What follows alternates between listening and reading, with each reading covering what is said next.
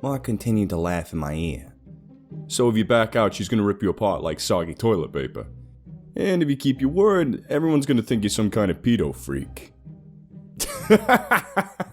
That's what you get for being nice, jackass. Your compassion is appreciated, I mumbled to myself, giving up on any kind of conversation and looking out at the world on the other side of the window.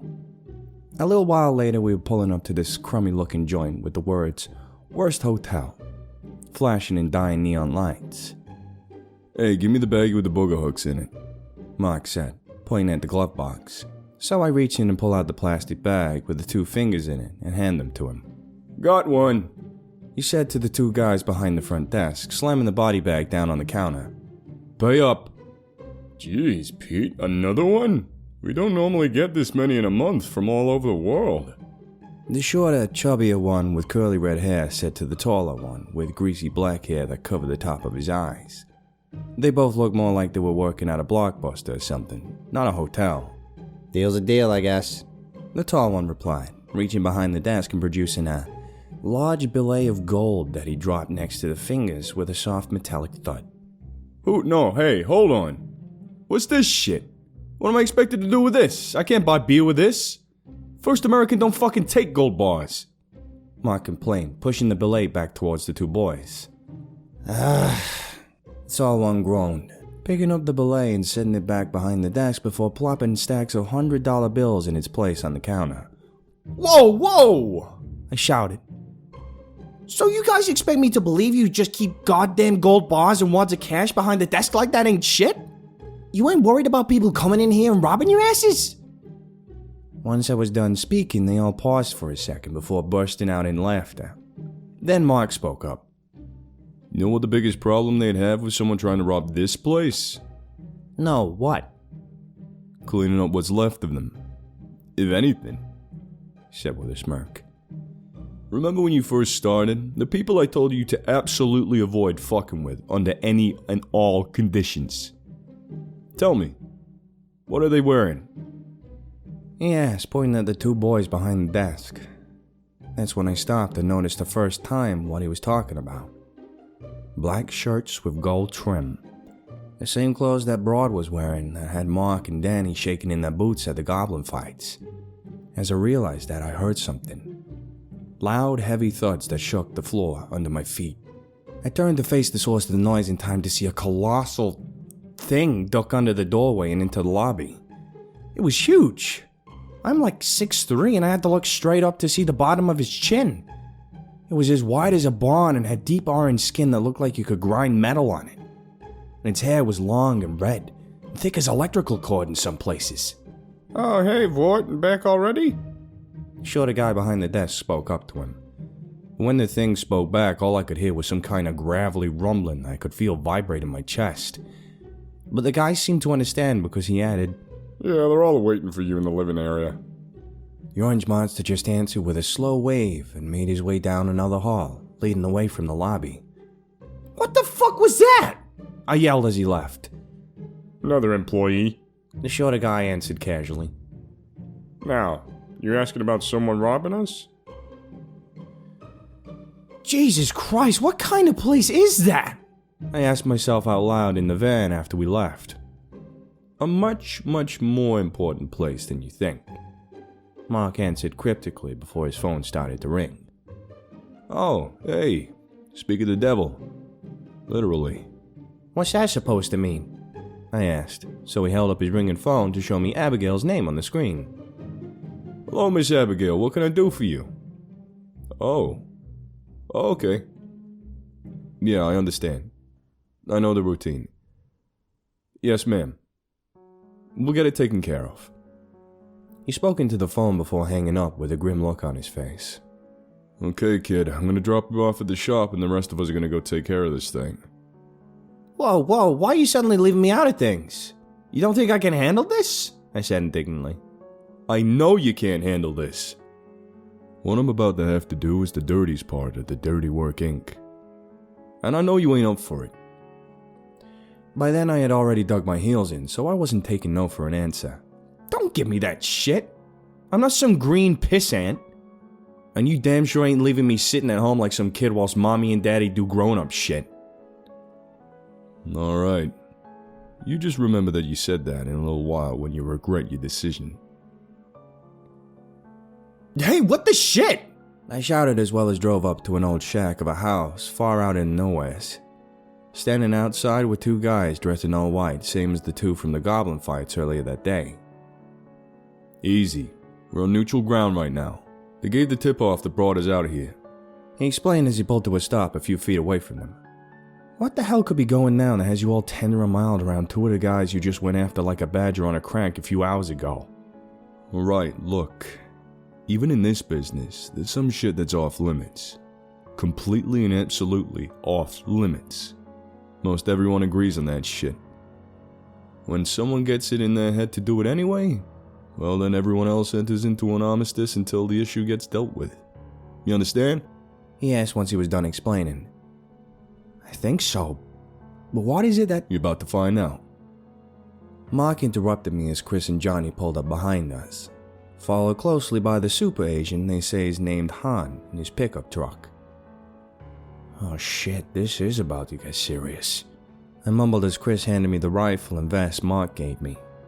I could feel the tension in the air building. The normal banter I was used to with these guys was nowhere to be found, and they all had pure murder in their eyes. Because they knew why they were there. And I didn't.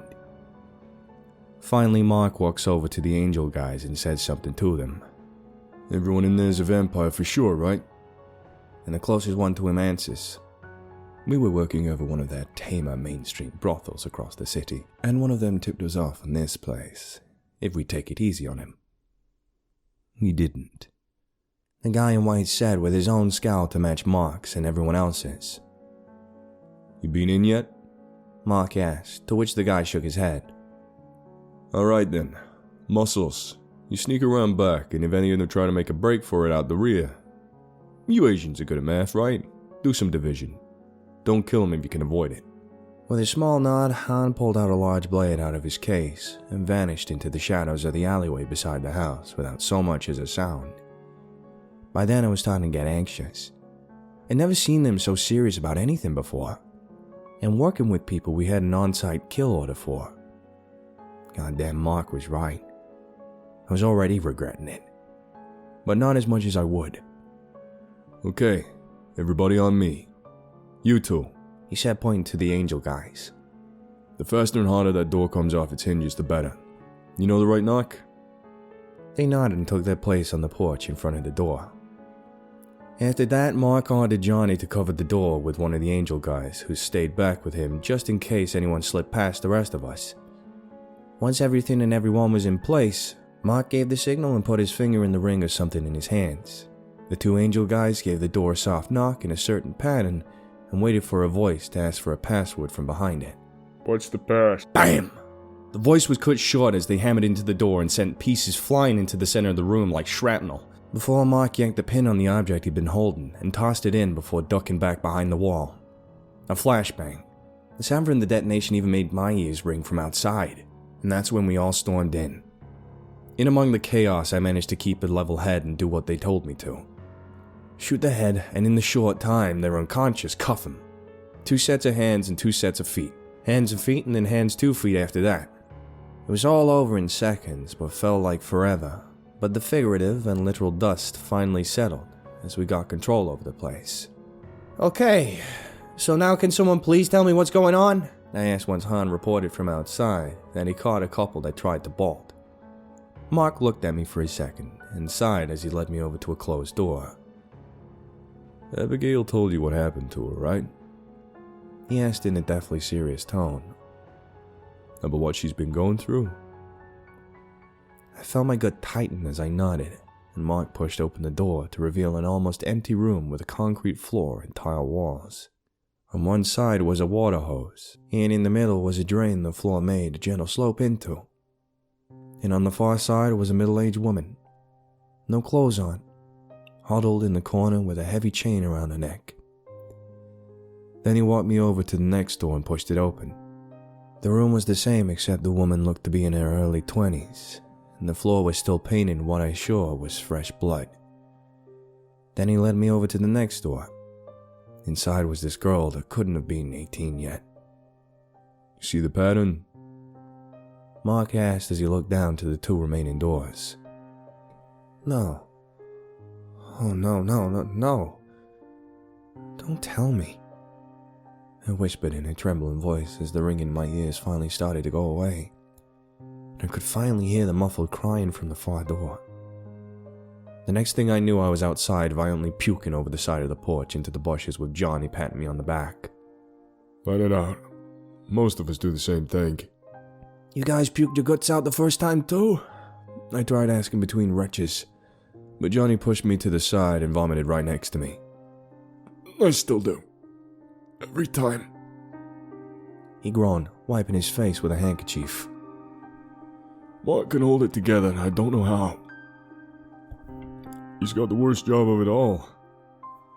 He added as Mark walked past both of us on the way back from the van, giving us uncharacteristic pats on the shoulders, as he unwrapped the small knife with gold lines in the blade from a fold of leather. Take your time, boys. Mark said as Chris finally walked out to join us on the porch. A few minutes later, Mark was back outside, visibly paler than when he walked in. A 20-something woman was standing next to him, wrapped in a blanket, but still looked completely petrified. One's better than last time, he said to us under his breath. So, Johnny, you want to take her to get set up in the hotel? We'll take care of everything else. I'll meet you at the bar when we're done. He told Johnny, who answered with a nod, and gently led the mortified woman over to his car, opening the door so she could get in. After Johnny took off, Mark sat down in a plastic lawn chair on the porch and told me, Chris, and Muscles to drag the guys we had hog-tied inside out and stuffed them into the back of the van, and that the angels would lend a hand too. What about the rest of those rooms? I asked when he didn't say anything about them. Louis, look, here's how it works. Those were vampires in some of those rooms. Some of them have been like that since before I was born. They've been going through a hell me and you can't imagine. So I give every one of them a choice. The ones that can't even make choices, whether they want to live a free life again and keep going, or would they rather call it quits for good? Most of them take the easy way out. And the one that we just left with Johnny, she's one of 1,000. Now go do what the fuck I told you to do so we can go to the bar and get fucked up, please! So I was keeping watch as the rest took the cuffs off the feet and Mark began to speak down at them. All right, gentlemen, he said with an almost theatrically official sounding voice. It is by the power vested in me by the paranormal community proper that I hereby sentence you all to the custody of Abigail Hawksworth. May God have mercy on your souls, 'cause she sure as shit won't. He muttered the last part under his breath. As the captors heard the name, they all got real still, an actual look of fear on their faces for the first time that night. Then we picked them up off the floor and led them out to the van. Even then I could feel a cold sweat building all over my body, and that pre-vomit cottony feeling was starting to come back in my mouth. And just then, the one Chris was leading by made eye contact with me. And when he saw the miserable look I had on my face, he smirked. I'd had it. I gripped a handful of the guy's hair and threw him to the sidewalk. As his head bounced off the concrete, I flicked open my knife and brought the tip of it down to his face, hard enough that the bottom of my fist hit his nose and the point of the blade hit the sidewalk. Once wasn't enough though. I wrenched it out of his skull and stabbed down again and again and again, over and over until there wasn't much of a face left to stab, and most of the tip was broken away from my knife. The only thing that made me feel any better was watching the monster's limbs violently convulse. Mark mentioned one time that vampires heal very fast, and from almost anything, but they can't go into shock as long as they're still alive. So they feel everything that doesn't kill them as long as the area of the brain that feels pain is intact. That make you feel like smiling, you cocksucker? I leaned down and whispered into his bloody ear. All right, wrap it up. Throw him into the back with the rest. Let them see that and think over what's about to happen to them. Mark said, giving the trembling body a hard kick to the ribs. So, what's Abigail got to do with all this? He asked as we pulled into the Hollywood Antiques parking lot. Yeah, we're under strict orders to bring any of these types to Abigail, and she does the rest. Mark says as we begin dragging them out of the van. Once they heard us mention Abigail again, they all lost their shit. It took Han and both the angels to get them into the back of the shop where she was waiting in front of a hidden door in the floor. A staircase led down into some kind of place that I couldn't really see. Just give them a push and let gravity do the rest, she told us, stepping out of the way. I couldn't help but feel a little enjoyment in the look of hopeless terror each of them now had in their faces just before they were kicked down into a basement of Abigail's lair. Thank you, everyone. I'll take over from here, she called back to us as she descended into the dark space and closed the door behind her. We didn't even get to the exit before screams of agony began to well up beneath her feet. Boy, do I feel sorry for you, Mark said, slapping me on the back. The drinks are on me tonight, he added, pulling up some cash from the hotel out of his pocket.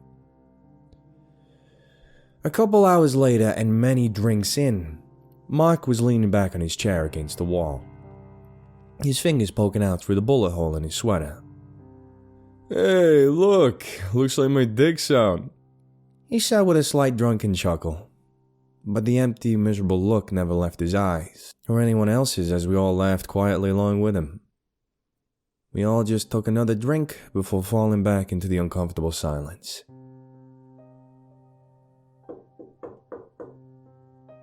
I heard a soft rapping on my apartment door whilst I was lying in bed. Ignoring it, I just rolled over to face the wall. I was still so shook from the house that we busted that I hadn't left my apartment in several days. I'd just been moping around, occasionally marveling at how much of a conscience I apparently had after all this time. Okay, screw this. Louis, I know you're in there, and you know I don't care enough about other people's property not to break this door in. So I'll count to 5. I heard Abigail's frustrated voice from out in the hallway. 1, 2... Suddenly the goblin came scuttling out of the bathroom where it had either been drinking out of or pissing in the toilet. It was always 50-50 with him. Then he continues to scuttle over to the door where he proceeded to jump and scramble for the doorknob as the count went on. 4, 5. Just in time he got a hold of the knob and gave it a yank as he dropped back down to the floor. It opened up slowly to reveal Abigail with one booted leg hiked up almost to mid-kick. Oh, good, she sighed, putting her foot back down as her almost comically tall boot thudded against the wood. Once she walked in, I just rolled back over to face the wall again without saying anything, expecting her to scold me for not letting her in. But, oddly enough, she didn't. Instead, I just felt the edge of my bed move as something small sat down on it. I turned my head a little to see what she was up to. It upset you, didn't it? What you saw in there? She asked, watching the goblin close the door, mildly amused by his improvement in behavior. It happened to you, didn't it? I asked. She answered in a quiet nod. How long? About 75 years, I think. How long was that? I snooped, rolling over just a little more. Let's see. She said to herself as she counted on her fingers. I was just about to turn 13. King Charles II had my father hung for plotting against the crown. I think it happened about 343 years ago, I think. How did it all happen? I kept pressing. You realize you're getting into those questions you already said you don't want to hear answered, right? She asked me back, finally glancing over her shoulder at me. In for a penny, I mumbled with a shrug. Well, like I said, my father was hung. My mother had me and 2 other children to take care of. So one night a stranger came to town and made her an offer to take me off her hands. She sold me to that man, no questions asked. He dragged me out of that house in the middle of the night, kicking and screaming and crying for my mother, for her to help me. And not a single person in that town even looked out their window at me the entire time. She told me as she scratched the goblin's ear that had crawled up onto her lap. Jesus, I'm so I started to say, but she cut me off. Oh yeah, this is for you. She handed me a small box. I found your busted up pocket knife in my trash, so I replaced it for you. It's the same one, I made sure. She explained as she handed it to me. CRKT Hisatsu. Yeah, that's the right one. Only one I've carried for years. I said, opening the box and shaking it out of my hand. You didn't have to, though. I could've. No, it's fine. When Mark told me what you did to the one that smiled at you, I couldn't help but feel a little better. Is that all he told you? I asked nervously. No. He told me what you said to him in the van. She answered, and when she said that, I felt my stomach lurch. I don't mean, I tried to say, but she stopped me. Look, it's okay. Nobody understands how weird the whole thing is as much as I do. I'm just happy you cared enough to offer. Most wouldn't even do that. She said as she stared down at the goblin in her lap. Where is Harley anyway? I haven't seen her in a while. I'm not sure. I haven't either. Hey, I never told you a name. How the hell do you know it was Harley? I asked suspiciously. What, you didn't know? She is, or was, a vassal, a follower of Athena. She's been wrapped up in the paranormal world for years. She never told you? Are you shitting me? I yelled, jumping off the bed, almost knocking her and the goblin off in the process. You know how hard it was working to hide all this goofy hoodoo shit from her, so she didn't think I was a freak? Hey, I need a favor. Don't change the fucking subject! I shouted down at her. What is it? I have some errands to run downtown, and as you can imagine, someone with my appearance walking around alone draws unwanted attention. So, what am I doing in all this? I asked cautiously. I just need someone to walk around with me and look half respectable. Dad. I can't believe you got me doing this shit. I hissed down at her as we walked into an old hardware warehouse type place. Look at this goofy shit I'm dressed in. I look like a fucking fruit. I complained, pulling on a light blue and green polo shirt she forced me to wear. Oh, calm down, you'll live. She said, also dressed way out of character. Her usual look was like she'd literally crawled out of the 1950s or something. With a long black skirt and long sleeve button-up shirt with long black bow ties in her hair and around her collar. Now she looked like, well, how you'd expect a 13-year-old girl to dress nowadays. Kinda. She was wearing a weird cow print t-shirt and what looked like athletic shorts. It was freaking me out a little. This way, Dad, she suddenly said with a burst of excitement, snatching me along with her. Oh, no, don't do that, I said with a cringe at her calling me Dad. What are we doing here anyway? I need some materials. I'm doing work on my shop. After a while, we pushed the flat cart up to the register with all the shit we accumulated so far. As we walk up to the counter, the lady catches sight of Abigail and says, Well, hey there. Are you helping your dad today? In the most condescending, talking to a 5-year-old voice you could imagine. About then, the smell of sulfur and ozone hits me as I turn to see Abigail forcing the most awkward smile I'd ever seen. And as the nerve over her eye started twitching, she answered through clenched teeth. Yes, we're having a father-daughter thing.